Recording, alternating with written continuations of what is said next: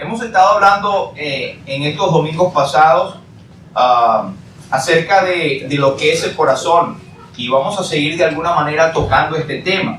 Pero antes quiero compartir con ustedes una escritura en Efesios capítulo 3, y quiero que por favor, si son tan amables, podamos ponernos de pie para dar lectura a esta escritura. Efesios capítulo 3, y tenemos desde el versículo 14 hasta el 19. Pueden leerlo de la pantalla o leerlo de sus Biblias. Así que vamos a leer. Dice Efesios 3, 14 al 19, dice así la palabra de Dios. Por lo cual pido que no desmayéis a causa de mis tribulaciones por vosotros, las cuales son vuestra gloria. Por esta causa doblo mis rodillas ante el Padre de nuestro Señor Jesucristo, de quien toma nombre toda familia en los cielos y en la tierra, para que os dé, conforme a las riquezas de su gloria, el ser fortalecidos con poder en el hombre interior por su espíritu.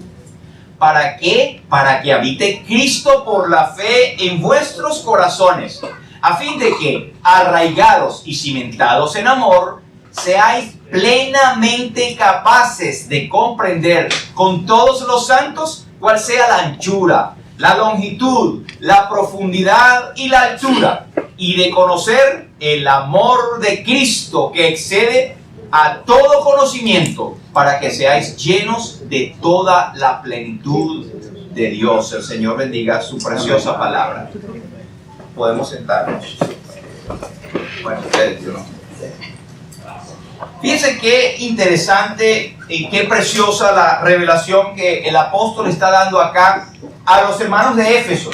Éfeso era una pequeña localidad, ¿verdad?, en el Asia Menor de aquel entonces, donde había una iglesia congregada en el nombre de Jesús, similar a esta, con la característica de que no tenían la Biblia y toda la revelación que tenemos nosotros. Pero el apóstol Pablo está hablando para ellos y a la vez habla para nosotros, porque toda la escritura es inspirada por Dios y es útil para redarguir, para instruir, para que el hombre de Dios sea preparado en toda buena obra. Y fíjense, el apóstol habla de las tribulaciones. Y si usted lee lo previo a estos versículos, verá que el apóstol Pablo está hablando de sus prisiones. Él estaba preso y sin embargo él se gloriaba en esas prisiones porque estaba preso a causa del nombre de Jesús. Y él habla de tribulaciones, y él habla de que la tribulación a su vez es gloria para la iglesia, porque estaba haciendo la voluntad de Dios. Hermanos, si nosotros muchas veces tenemos tribulaciones, y muchas de esas tribulaciones, no todas, nos las buscamos nosotros, pero no precisamente por estar haciendo la voluntad de Dios. Así que esta es una cosa que tomar en cuenta. Sin embargo, miren qué precioso, hermanos, cómo nosotros, los creyentes bíblicos, evangélicos, enfatizamos siempre la triunidad de Dios. Somos cristianos que creemos en que Dios existe como Padre, Hijo y Espíritu Santo. Miren cómo en el versículo 13 él habla del Padre. En el versículo 16 él habla del Espíritu. Y el versículo 17 él habla de Cristo. Padre, Espíritu y Cristo.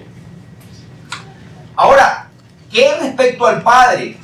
Ante el Padre debemos orar. Él dice, doblo mis rodillas. Ante el Padre, Él se postra. Y quiero decirles algo. Ahora, como creyentes, nosotros, el arrodillarnos es algo común, ¿verdad? Arrodillamos para orar en nuestros hogares o en alguna ocasión nos arrodillamos y no es algo extraño. Pero en el templo, en aquella época, la gente oraba de pie. La gente se sentaba para meditar, pero cuando se arrodillaban eran por una ocasión especial, una ocasión que demostraba vehemencia y mucha fervor al Padre. Así que cuando él dice, doblo mis rodillas al Padre, él está hablando en el contexto de las tribulaciones. Bien haríamos nosotros a estar practicando el humillarnos ante el Señor de esta manera. No quiero decir que sea la única forma. Usted puede orar en el carro. Muchas veces nosotros oramos en el carro, en la autopista, sin cerrar los ojos, por supuesto. Pero podemos orar en cualquier momento. Pero al Padre, nosotros oramos de rodilla. Eso es lo que Él dice acá.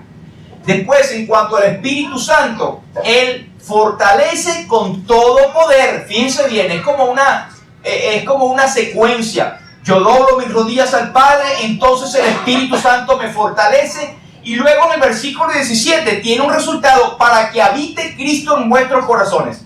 Ahora, es importante señalar que no se trata de que Cristo va a morar en nuestros corazones cuando oramos al Padre.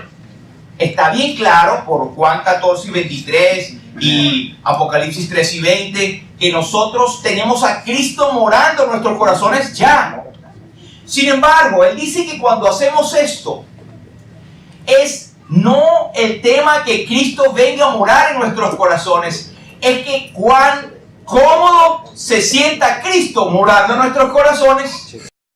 Él dice, cuando hacemos esto, nos humillamos ante el Padre, doblamos rodilla y pedimos que el Espíritu Santo nos fortalezca con su poder en nuestro hombre interior. Cristo morando en nosotros va a tener la libertad. Para que more Cristo, en otras palabras, para que Cristo tenga acción libre, para que tenga plena libertad de moverse en nuestras vidas. Un comentarista decía es que para que Cristo esté presente en todo lo que hacemos, en la comida que comemos, en el trabajo que trabajamos, ¿verdad? En la actividad que estamos haciendo, en la conversación que estamos teniendo, en todo Cristo sea glorificado. En esa manera Cristo va a habitar con comodidad en nuestros corazones. Ahora, hay un resultado cuando nosotros tenemos esto, y el apóstol Pablo lo está explicando a los efesios y también corresponde a nosotros. Hay un resultado maravilloso. Es de esa forma que nosotros comenzaremos a comprender con todos los santos cuál sea la anchura, la longitud, la profundidad y la altura. Antes de entrar en ese tema, quiero que notemos, por favor, en el versículo 16, para que os dé conforme a las riquezas de su gloria. Fíjense que no dice para que os dé de las riquezas de su gloria. Hay una diferencia bien notable. Un millonario puede dar de sus riquezas una cantidad, ¿verdad? Pero cuando un billonario da millones, está dando conforme a sus riquezas. El Padre no te da a ti un poquitico de sus riquezas. Dios nos da a nosotros conforme a su corazón, conforme a su riqueza. Y esto es maravilloso pensarlo. Lo que Dios tiene para con nosotros es grandioso, es tremendo. Muchas veces nosotros lo recibimos porque no nos humillamos delante del Señor. Pero volviendo al versículo 18, dice: seáis plenamente capaces de comprender con todos los santos. ¿Por qué coloca con todos los santos?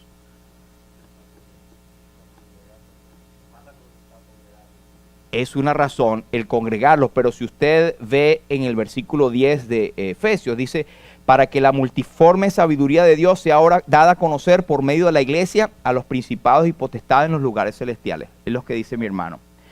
La revelación de Dios es tan, pero tan amplia, que desde que la iglesia está en pie hasta este momento, no seremos capaces, ni nunca seremos capaces de comprender la multiforme sabiduría de Dios. Pero hermanos aquí, hermanos allá, iglesia acá, iglesia allá, todos toman de un pedacito para comprender. Por eso es que a veces leemos comentarios, a veces oímos a predicadores, porque traen un pedacito de la comprensión de Dios que tiene para nosotros, que nosotros no hemos visto y decimos: wow, no había visto esto. Es que Dios se complace en hacerlo a través de todos sus santos. Por eso es la importancia, lo que decía mi hermano también, el congregarse. Al congregar no existe, ni debería existir, llaneros solitarios, hermanos solitos que viven por allí, no dependen de una iglesia, no tienen consulta o no rinden cuentas a nadie, o están en un programa donde quieren sustituir con eso la iglesia. No puede ser sustituida. Es aquí donde Dios envía bendición y vida eterna y revela a sus santos por medio de la iglesia. Hay una bonita expresión en el versículo 18. Comprender la anchura, longitud, profundidad y altura. Hay cuatro puntos cardinales. Usted sabe que el número 4 en la Biblia es el número de la universalidad. Cada vez que usted vea el número 4 repetitivo, opuesto, está Dios dando un mensaje de universalidad que es para todos. Norte, sur, este y oeste. El amor de Dios en Cristo, la anchura. ¿Cuál es la anchura? Porque de tal manera amó Dios al mundo. Toda la raza humana está en la anchura de Dios. ¿Cuál es la longitud? La longitud es: con amor eterno te he amado. La eternidad del amor de Dios. La profundidad: para lograr eso, Cristo tuvo que bajar hasta las partes más profundas de la tierra, hasta la misma muerte. Y finalmente la altura: hasta los mismos cielos seremos nosotros llevados por causa de ese amor. Qué bonito, hermanos, que nosotros podamos meditar y ver lo que Dios tiene para nosotros en detalles, en versículos como estos. Y de conocer el amor de Cristo que excede a todo conocimiento. Cuando dice que seáis llenos de toda la plenitud de Dios, no confundamos que vamos a ser llenos de toda la deidad en nosotros, sino como dice Pedro, que nosotros somos hechos participantes de la naturaleza divina para poder conocer lo que Dios tiene para con nosotros. Y no es verdad que ahora nosotros como cristianos sentimos un ardor en nuestros corazones y ver qué cosas tan hermosas tiene Dios y me la he perdido. Eso es el Espíritu Santo que está en nosotros, que nos indica las inmensas riquezas que Dios tiene preparados para nosotros. Pero quiero hablar este tema que viene. Hay una pregunta que uno se puede hacer cuando ve, por ejemplo, a David. Se dice de David que era un hombre conforme al corazón de Dios. Y luego vamos a ver esos en detalles en otras exposiciones. Pero la pregunta es, ¿cómo puedo yo ser conforme al corazón de Dios? ¿Usted cree que usted pueda llegar a ser conforme al corazón de Dios? Sí se puede, hermano, sí se puede. No quiere decir que somos perfectos. Recuerde que David fue un hombre de carne y huesos que hasta llegó a cometer homicidios, adulterios y cuánta otra cosa de la cual él se arrepintió y reconoció. Y ahí está el ser conforme al corazón de Dios, estar consciente de nuestra debilidad. Hay de aquel que se cree santico en el sentido de impecabilidad. No existe tal. Somos santos en el sentido de que somos apartados por Dios y que somos llamados a santidad. Pero desafortunadamente estamos en la naturaleza de Adán, aunque el hombre interior está allí, porque somos salvos y tenemos doble naturaleza. La naturaleza espiritual creada conforme a Dios, que es Cristo morando en nosotros, y la naturaleza carnal, la que nos queda, la que nos apela, la que nos hace mover el piecito por ahí cuando queremos, cuando sentimos el mundo, por ejemplo, o cualquier otra situación que usted conoce. Pero ¿cómo podemos ser conforme al corazón de Dios? Quiero compartir con ustedes algunos detalles. Recuerdo el pastor Miguel Núñez. Él dice que él no le gusta cuando un predicador pone, te voy a mostrar 4 puntos porque es como tratando, dice él, tratando de cuadrar o de poner la Biblia en pasos sencillos. Pero lo que yo me refiero acá, no estoy del todo de acuerdo o en desacuerdo con él, pero quiero decirles algo. La Biblia habla de pasos, habla de situaciones, habla de cosas que tenemos que hacer. Fíjense, lo primero es que la Biblia nos habla a que debemos reconocer que tenemos un corazón engañoso. Diga usted si eso no está en la Biblia. Hay muchos otros pasos o secciones que Dios nos pone para nosotros meditar en ella. Pero primero, ¿cómo ser conforme al corazón de Dios? Primero reconoce que tu corazón es engañoso. Hace algún tiempo yo les comenté, estábamos algunos que estábamos dando clase en un instituto, una universidad bíblica, una universidad cristiana, y había cierta hermana de la cual yo sospechaba que no o sentía que la doctrina no es la que yo he aprendido totalmente en la Biblia. Y tenía mi discrepancia, pero hermano en Cristo, al fin, venga para acá, un abrazo, somos uno en Cristo. Sin embargo, vi unas cosas que yo no estaba seguro de que ella estaba de acuerdo a la teología revelada en la Biblia. Pero entonces estamos hablando acerca de la amartología, que es la parte de la teología que habla del pecado. Entonces, en un comentario, esta hermana dijo, bueno, sí, tan feo es el pecado, cómo el pecado destruye, etcétera. Y por eso es que yo no peco, para no ofender a mi Dios. Entonces ahí yo, como les dije la otra vez, yo me arrimé un poquito de la silla, porque yo no podía contaminar. Pero no, eso es precisamente opuesto a lo que la Biblia dice. ¿Estás tú diciendo que tu corazón no es engañoso? Entonces estás haciendo a Dios mentiroso. En 1 Juan nos dice, el quien dice que no tiene pecado, está en tinieblas y hace a Dios mentiroso. Y esa carta del apóstol Juan está escrito a los hijitos, a los creyentes en Cristo. Así que lo primero es reconocer que tu corazón es engañoso, pero no quedarnos allí justificándonos. No, es que mira, mi corazón es engañoso. Por eso, no, tampoco así. Reconocer y tomar acción. Por eso que sigue siéndolo. Ahora, esto nos habla de una cosa, es confesión. La solución para esto es confesión. Y el Señor permanentemente nos anima a que nos acerquemos confiadamente al trono de la gracia para alcanzar misericordia y hallar gracia para el oportuno socorro. Y esto es para nosotros los creyentes en Cristo Jesús. Primera forma de estar conforme al corazón de Dios es tener confesión constante. Algunas personas de la religión popular dicen, caramba, yo tengo como 5 años que no me confieso. Chacho. Es una situación que es totalmente ajena a la palabra de Dios. No debemos confesarnos a hombres, no debemos confesarnos a sacerdotes ni a pastores, nos confesamos delante del Señor. Sin embargo, hay situaciones que la Biblia nos habla a compartir o a confesar a quien debemos confesar y con presencia de tus líderes, y someteos a vuestros pastores, como dice la Biblia, porque ellos velan por vuestras almas. Así que hay cosas donde tú puedes confesar y puedes arreglar cosas aquí en la tierra. Se dice de un muchachito que en la ofrenda del domingo, eso fue por allá en Europa, él agarró, en vez de poner, él agarró una moneda de oro. Porque un muchacho al fin quería comprarse unos dulces y no tenía el dinero. Y lo agarró de la ofrenda del domingo y nada, lo agarró, compró sus dulces, muchachos, y se los empezó a comer. Pero conforme se los comía, también la conciencia se le empezó a comer. Entonces decía, no, esto está mal. Esto está mal. Ya sé lo que haré.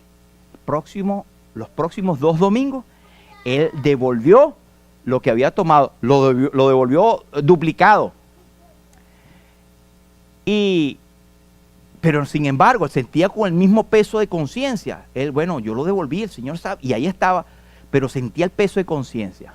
Entonces se acercó al pastor y le confesó, mire, esto es lo que yo he hecho. Y yo pequé haciendo esto. Entonces el pastor le dice, bueno, lo que Dios quiere es arrepentimiento. Vamos a orar juntos. El muchacho lloró y se arrepintió. Él ya había arreglado sus cosas a su manera, pero le faltaba el confesar su pecado.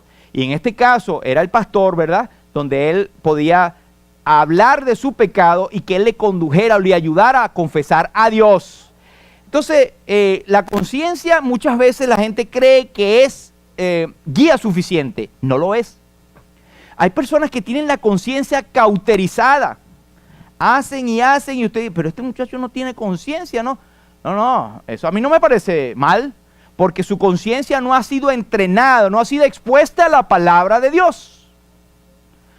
Pero bueno, el otro caso o el otro punto o la otra manera que también es bíblica es la siguiente.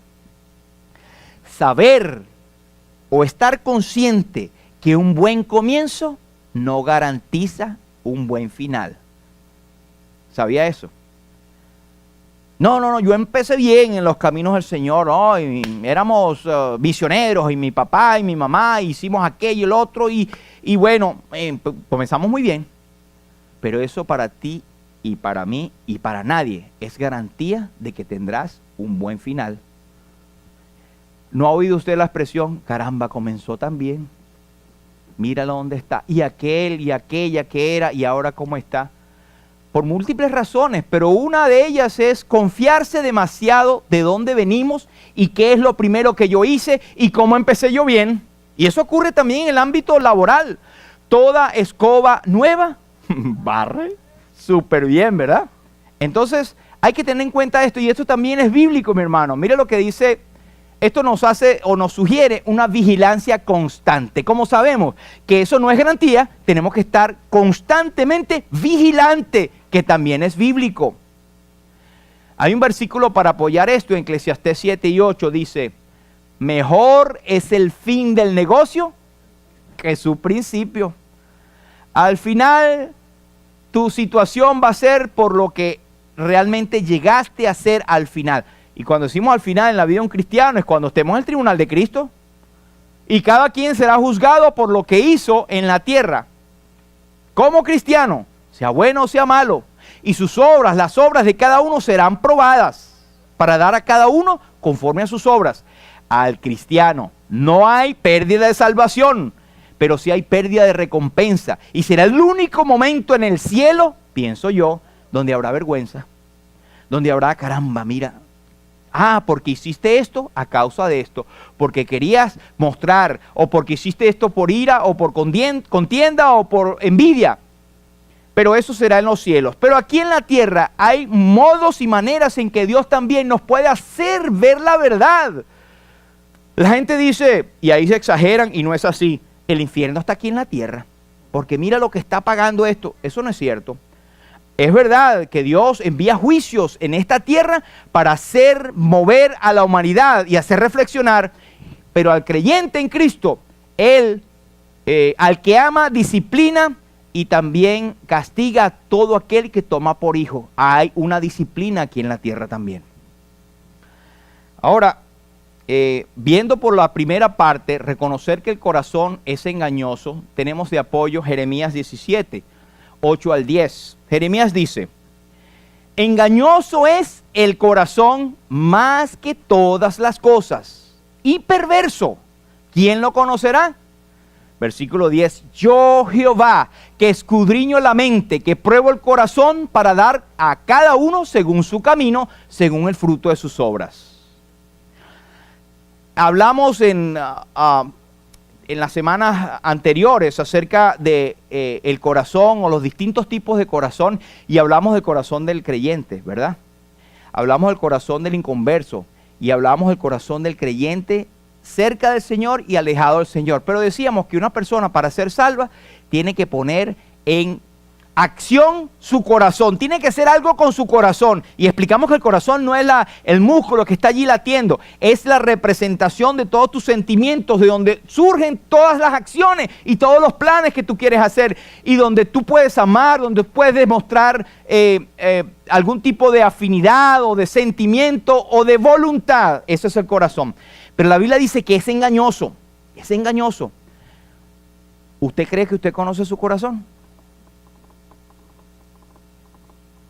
Algunos dirán, bueno, yo tengo, qué sé yo, 50 años, 60 años, 80 años, ya yo debería conocer mi corazón.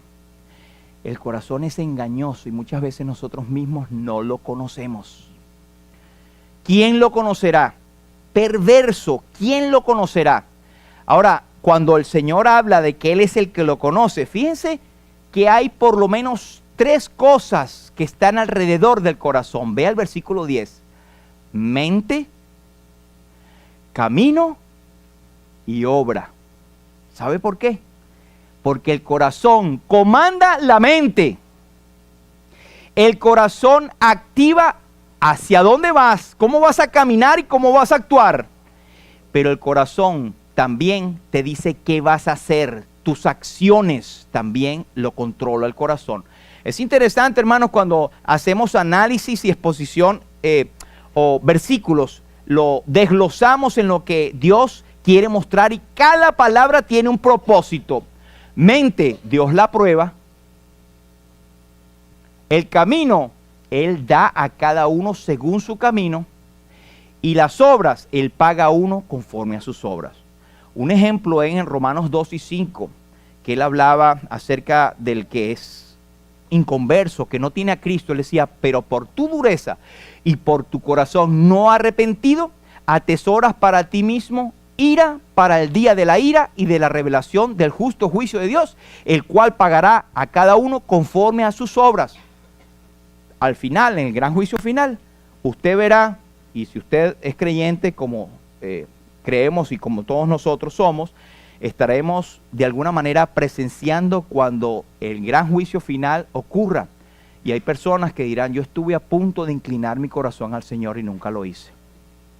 Y será lanzado al lago que arde con fuego y azufre. Y no es de acuerdo a sus obras en cuanto a que, porque no fue bueno, entonces obtuvo lo malo. No, es que cuando no fuiste bueno o hiciste obras buenas es porque no tenías a Cristo, el que te hace y motivar, y Él pone de su voluntad en nuestros corazones para hacer lo bueno. Él produce lo bueno, el querer y el hacer por su buena voluntad. Esa es la manera como entendemos cuando el Señor va a pagar y dar a cada uno según sus obras. Ahora, fíjense lo que dice dos versiones, dicen que el corazón es desesperadamente corrupto y desesperadamente enfermo. Caramba, nosotros decimos que exageración, pero eso es como Dios lo pone. Matthew Henry, un gran comentarista de hace unos 4 siglos atrás, él decía, el corazón en su estado caído y corrupto, el corazón es sutil y falso. Y usted no se da cuenta, pero usted se puede encontrar en un momento dado sutilmente diciendo una mentira. Es capaz de suplantar, y Matthew Henry dice, de ahí viene la palabra Jacob, suplantador, colocar una cosa por otra para salvar el pellejo. O usted dirá, no, eso nunca me ha ocurrido a mí. A lo malo llama bueno y a lo bueno llama malo. Pinta las cosas de falsos colores. Le dice que tendrán paz aunque sigan por su propio camino. Mire, pinta las cosas de falsos colores. Me recuerda una ocasión en que un pastor amigo nos comentaba que había una familia que citó el caso de Abraham con Sara, allá en Génesis 20 y pico. Él bajó y descendió, y el rey de aquel entonces quiso tomar por mujer a Sara porque Abraham le dijo que era su hermanita. Y él había convenido, tú di que eres mi hermana para que no me maten a mí y te agarren a ti. Él desde una vez propuso en su corazón la mentira. Bueno, usted sabe qué fue lo que pasó allí. Dios se le reveló en sueño a aquel rey y le dijo, no la toques porque vas a pecar, etc. Y aquel rey le formó su lío a Abraham. Y esto es una cosa que nos llama la atención, un inconverso exhortando a un creyente. Eso ocurre. Eso ocurre. Ciro, el rey fue utilizado como instrumento de Dios para hacer entender al pueblo de Israel. Pero lo que quiero decir es que esta familia se basó en ese versículo, en ese pasaje, para justificar una mentira gigantesca que habían hecho a inmigración para obtener la residencia o algo así. Y cuando el pastor le hizo ver que eso estaba malo, ella dijo, pero mira cómo Abraham lo hizo también. Y Dios lo aprobó al final porque Abraham salió bien de ahí. ¿Me explico? Es decir, agarrar situaciones, pintar las cosas de falsos colores para engañarnos a nosotros mismos. ¡Cuán engañoso es el corazón! Cuidado, hermanos, no estemos pensando alguna cosa que la estamos acomodando nosotros mismos para que suene bonito, para justificarme, para estar bien, para sentirme bien. Veamos la cosa, la realidad de las Escrituras. Fíjense cómo el salmista, el mismo rey David, tomaba la palabra integridad. Y la palabra integridad, algunos la definen como el hacer las cosas de una manera correcta, aun cuando nadie te está viendo, porque tú vas a hacerlo es para Dios. Mire lo que dice el Salmo 26. Júzgame, oh Jehová, porque yo en mi integridad he andado. He confiado asimismo en Jehová sin titubear. Escudriñame, oh Jehová, y pruébame.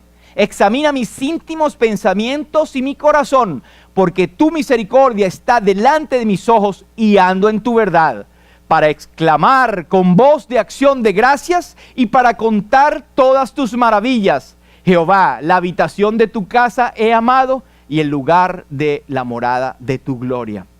Mire qué preciosas verdades aquí el salmista David coloca. Primero, cuando él dice, he andado en integridad, él no estaba vanagloriándose ni siendo pantallero.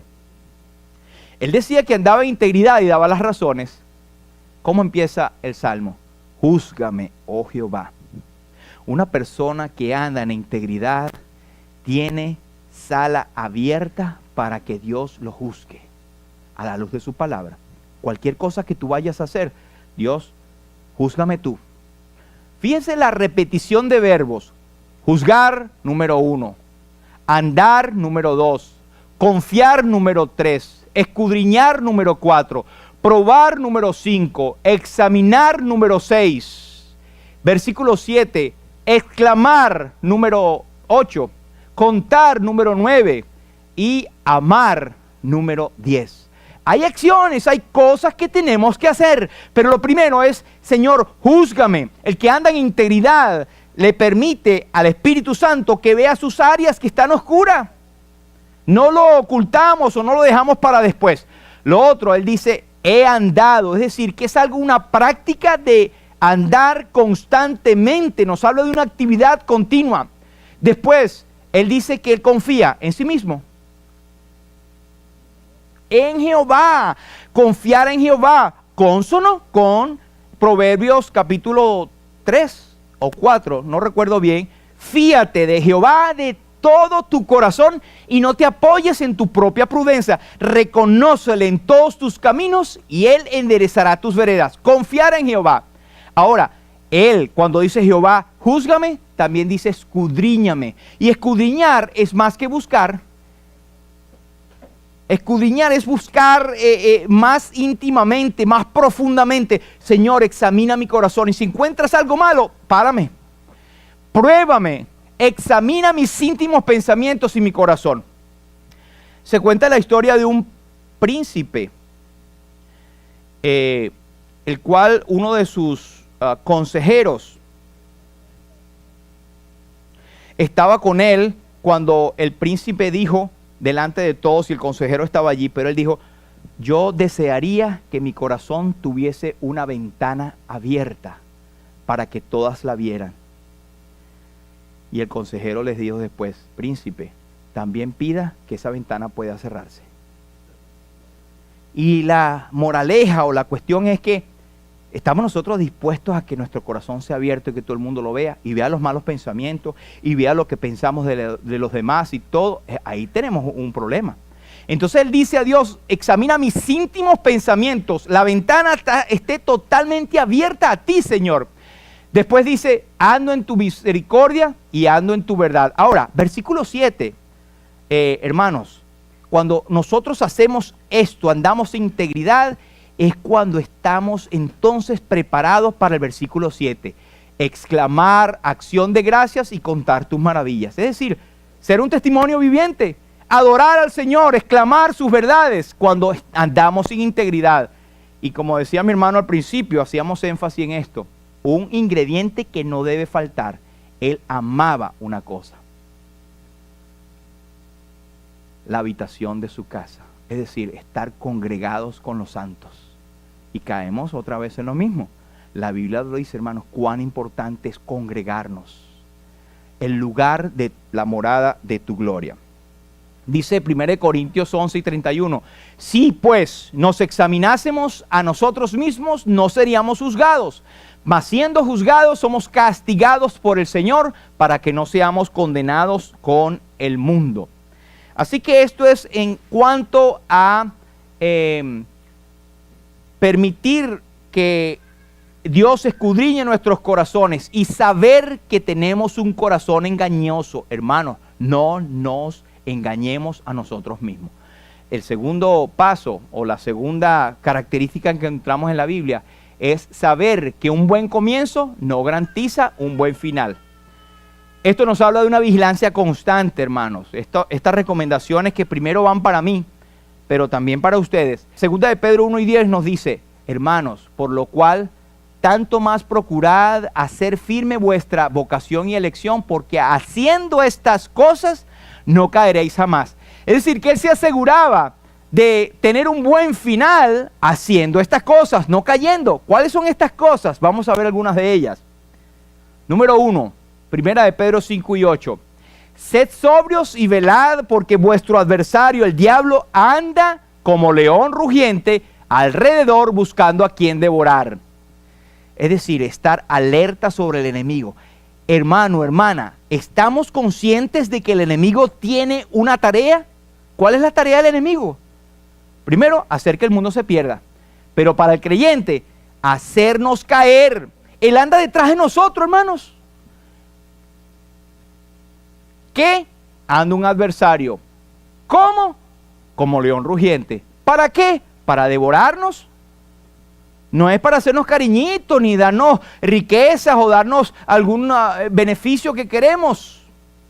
Nos quiere destruir, hermanos. Ser conscientes de eso. Por eso el apóstol dice, sed sobrios y velad.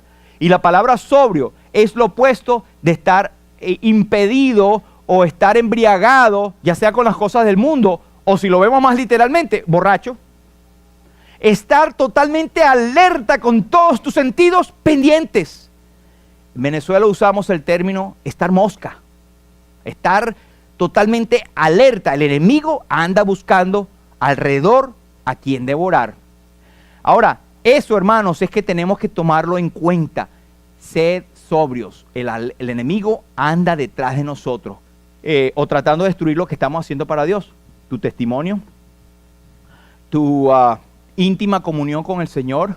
Por eso es que cuando vamos a orar en la noche, cuando vamos a tener un estudio bíblico, viene una película, viene una conversación buena, o viene la visita, o vamos para el culto, y entonces se ponen mil cosas, el muchacho empieza a gritar, o el perrito se hizo, o viene familia, o viene visita. ¿Tú crees que eso es casualidad? El enemigo quiere destruir cualquier cosa que te fortalezca a ti, hermanos. Según de Corintios 2:10 dice, y al que vosotros perdonáis, yo también, porque también yo lo he perdonado. Si algo he perdonado, por vosotros lo he hecho en presencia de Cristo. ¿Por qué digo o pongo este versículo? Porque hay una forma muy sutil que el enemigo busca destruirnos. A través de el no perdonar a algún hermano o hermana. Tenemos rencor en nuestros corazones. Podemos ser tremendos predicadores, adoradores, predicadores en la calle, buen testimonio, pero tenemos una raíz de amargura con un compañero. No me toques esa tecla nula, porque yo con fulanito si no comulgo. No, con ese no, porque me hizo esto y el otro. Hermano, ¿tú crees que eso es bueno? Eso es el enemigo que te ha sembrado en tu corazón de que tú estás bien así. Por eso es que el apóstol dice en el versículo 11, para que Satanás no gane ventaja alguna sobre nosotros, porque no ignoramos sus maquinaciones. Lo dice en el contexto de no perdonar a cualquier hermano. Perdónelo en el nombre de Jesús y pida perdón cuando tenga que hacerlo. El segundo, y fíjense que la intención es siempre. ¿Por qué? Es la manera en que nos puede garantizar el tener un buen final, siempre. El 2, ser agradecidos siempre. Efesios 5:20 nos dice, dando gracias por todo, ¿cuándo? Siempre al Dios y Padre en el nombre de nuestro Señor Jesucristo. El cristiano debe caracterizarse, oiga mi hermano y mi hermana, por ser agradecidos. Te abrieron la puerta, te dieron un vaso de agua, te dejaron pasar, hay que ser agradecidos, aunque no te escuche. Ser agradecidos, pero el apóstol va más allá. Fíjense el ejemplo que pone. Y yo te pregunto a ti, ¿alguna vez tú has dado gracias por los alimentos? Oh, sí, los creyentes damos gracias por los alimentos. ¿Has dado gracias al Señor cuando no has podido comer? Bueno, la verdad es que no, pues es cuando yo como. Mira lo que dice el apóstol. El que hace caso del día lo hace para el Señor. Y el que no hace caso del día, para el Señor no lo hace. El que come, para el Señor come porque da gracias a Dios. Y el que no come, para el Señor no come y da gracias a Dios. Es decir, que todo lo que hagamos y tengamos debemos ser agradecidos. Colosenses 3:17 nos dice, y todo lo que hacéis, sea de palabra o de hecho, hacedlo todo en el nombre del Señor Jesús, dando gracias a Dios Padre por medio de Él. ¿Y sabe por qué, mi hermano? Porque bien o muy difícilmente el enemigo va a agarrarnos para caer en pecado cuando nosotros hemos dado gracias a Dios por algo. En otras palabras, nosotros tendemos a no dar gracias a Dios cuando es algo que sabemos que no es bueno, que no nos va a ser de provecho espiritual para nosotros. Pues Dios dice que tienes que dar gracias en todo. Eso nos va a guardar de caer también en el pecado. Número 3, alabar siempre. Alabar siempre. No es nada más los domingos, no es nada más cuando estamos reunidos, alabar, a glorificar el nombre de Dios. La alabanza no debe ser un momento en tu vida, sino una vida de todo momento. Debe ser una vida de alabanza al Señor. Por eso es que dice siempre, hermanos. Dice Hebreos 13:5, así que ofrezcamos a Dios, ¿cuándo? Siempre, por medio de Él, sacrificio de alabanza, es decir, fruto de labios que confiesan su nombre.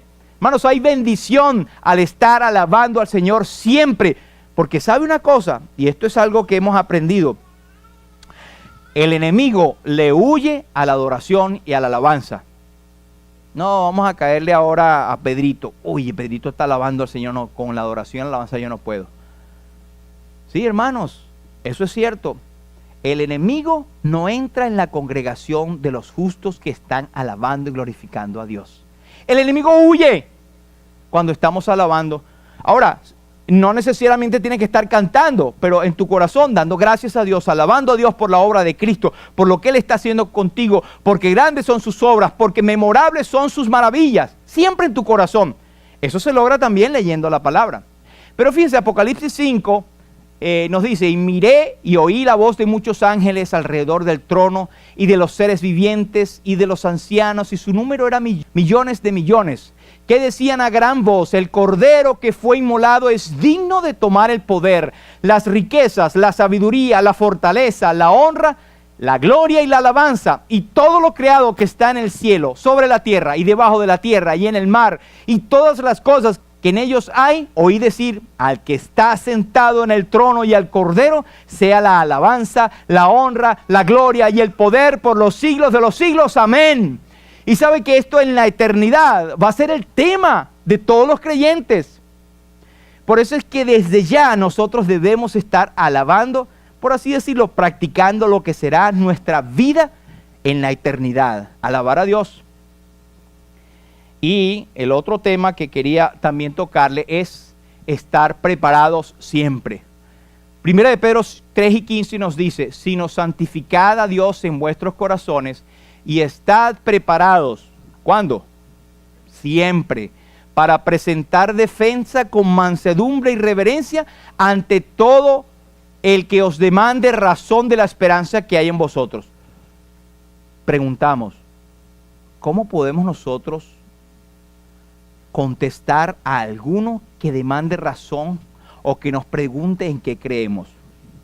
O nos pregunte cómo somos salvos, o nos preguntes de por qué creemos en la Trinidad, por ejemplo, o que nos pregunte que el Espíritu Santo, ¿cómo sabemos que es Dios? Tenemos que estar preparados, hermanos. ¿Cómo nos preparamos? Colosenses 3:16 nos dice, la palabra de Cristo more en vosotros. ¿Cómo debe morar la palabra? En abundancia. Entonces, cuando eso pasa, la palabra enseña, exhorta y hace que tú empieces a cantar con gracia en tu corazón al Señor con salmos, himnos y cánticos espirituales. Normalmente el que adora, no estoy diciendo nada más el equipo de adoración, el que adora, todos nosotros, vamos a llevar una alabanza al Señor, frutos de labios que honran su nombre, cuando nosotros tenemos en nuestros corazones la palabra ya sembrada. Nos motiva, nos impulsa, nos lleva a adorar al Señor cuando leemos la palabra. Número 5, estar orando por los otros. Segunda de Tesalonicenses 1 y 11 dice, por lo cual asimismo oramos por vosotros. ¿Cuándo? Siempre el apóstol oraba por todos, para que nuestro Dios os tenga por dignos de su llamamiento y cumpla todo propósito de bondad y toda obra de fe con su poder. ¿Para qué? Para que el nombre de nuestro Señor Jesucristo sea glorificado en vosotros y vosotros en Él, por la gracia de nuestro Dios y del Señor Jesucristo. Hermanos, nos requiere, es un mandamiento, orar por los otros. De esta manera nosotros podemos estar haciendo lo que el apóstol, el Espíritu Santo habla por medio del apóstol, nos dice que hagamos para no caer jamás. No, pero es que yo tengo muchas cosas mías, que mi familia. Olvídate. Cuando tú oras por los demás, alguien más estará orando por ti. La Biblia nos dice que debemos orar.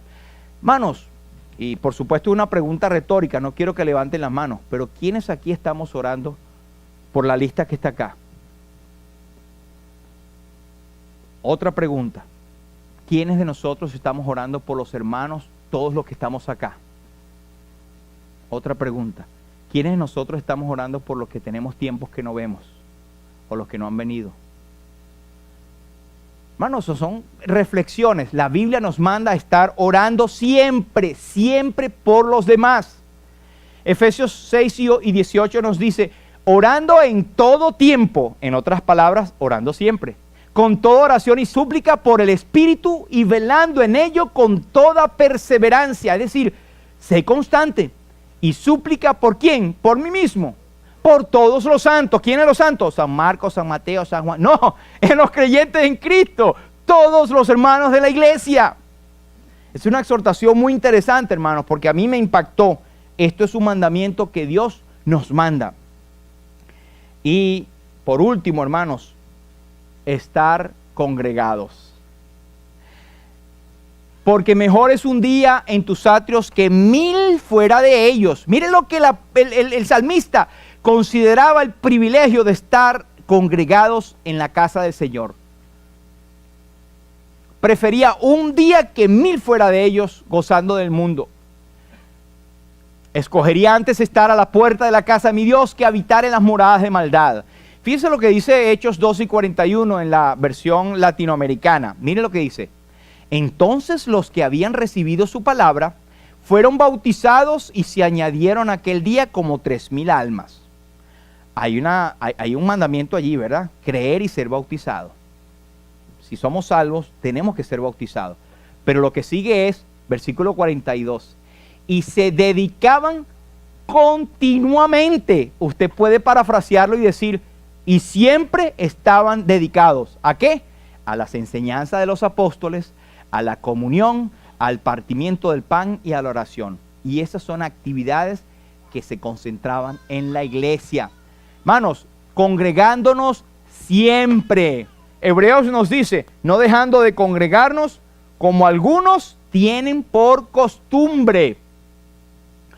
Así que, hermanos, hay pasos, cosas que podemos hacer nosotros para evitar ser agarrados por el enemigo. Lo primero es que sepamos que nuestro corazón es engañoso. Como un resumen podemos decir que reconocer que nuestro corazón es engañoso y que nos va a pintar de colores cosas que son grises. Tengamos cuidado con eso. Confesión permanente. Sé tú para conmigo una fuente a la que acuda yo continuamente, decía el salmista. Juan nos decía que debemos confesar nuestros pecados, porque Él es fiel y justo para perdonarnos y limpiarnos de nuestra maldad. Y la sangre de Jesucristo nos limpia de todo pecado. David, el íntegro, por descripción de lo que hemos visto, decía, Señor, ten piedad de mí conforme a tu misericordia, conforme a la multitud de tus piedades, borra mis rebeliones, porque yo reconozco mis rebeliones y mi maldad está delante de ti. Pero también saber que un buen comienzo no garantiza un buen final. Eclesiastés nos dice, mejor es el fin del negocio que el comienzo. Número 1, estar alerta sobre el enemigo. Satanás anda como león rugiente buscando a quien devorar. ¿Y sabe qué? Él nos busca por la, perdóneme este dicho criollo, por la pata que cogíamos. Es decir, nuestra parte más débil, ¿sabe cuál es? Por ahí va a entrar el enemigo. Número 2, ser agradecidos siempre. Siempre dar gracias a Dios por todo lo que tenemos.